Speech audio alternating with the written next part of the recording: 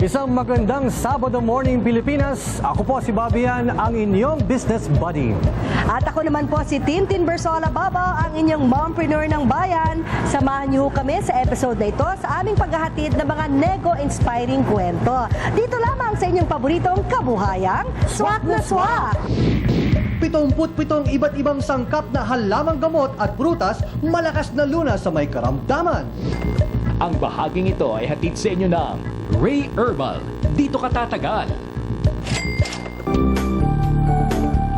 Minsan nang isinuko ni Kare ang kanyang kapalaran matapos dapuan ng magkakasunod na karamdaman. Ito ang itsura niya noon, diabetic at papunta na sa seryosong mga komplikasyon. Ito naman siya ngayon sa edad na 66, kaiinggitan mo ang tikas. 10 years po akong nag-i-insulin halos. Nang ako'y magpa-examine at hindi na ako makalakad noon, sa kabila ng aking karamdaman, na-detect na ako'y may cancer. Lumaki sa bukid, grade 3 lang ang natapos. Pero dahil sa kanyang kaalaman sa kalikasan at iba pang nilalang, nasakip niya ang sariling buhay.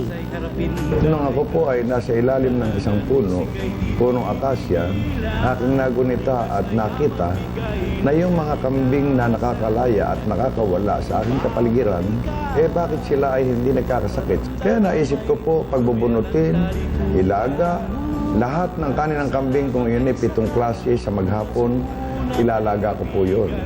Bukod sa sikreto ng kambing na kanyang pananatilihing lihim, taglay umano ng 77 iba't ibang halamang gamot at prutas ang susi sa kalusugan.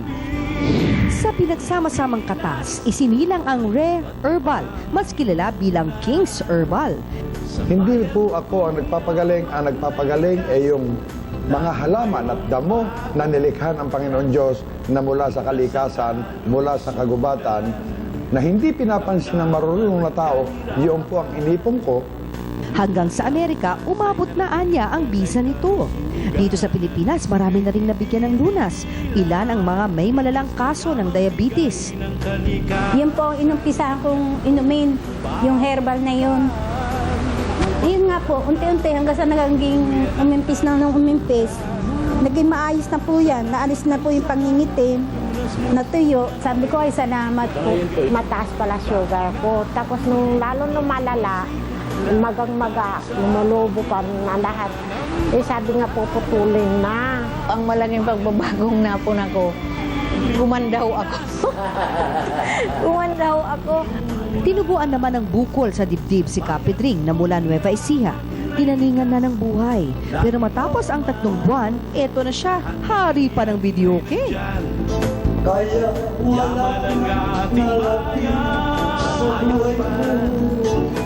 Sa sementeryo, nakagayak na ang puntod ni Kapitring. Ready na pati lapida. Pero sa di inaasahang pagkakataon, hindi natuloy ang burol niya.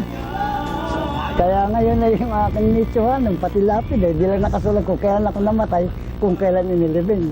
Dahil dito, inilunsad niya ang kampanyang Galing Muna Bago Bayad. Libreng ipinapadala ang King's Herbal sa pasyente. Ipauubos at hihintaying bumalik para sa resulta. Itong kaharian ng herbalist, walang hanggan. Hanggang may kalikasan, may herbal. Mismong mga nakasubok ang katuwang ngayon ni Kare sa pagpapalaganap ng produkto. Hindi intensyon ni Kare na kontrahin ang sinasaad ng medisina. Pero hanggat siya'y nakakatulong sa iba, ipagpapatuloy niya ang kampanya sa alternatibong lunas. Anya, sa pagnenegosyo, hindi dapat puro na lang tubo. Kailangan din ng pagmamahal sa kapwa-tao. Ako po si Kare Herrera, ang inyong herbalista.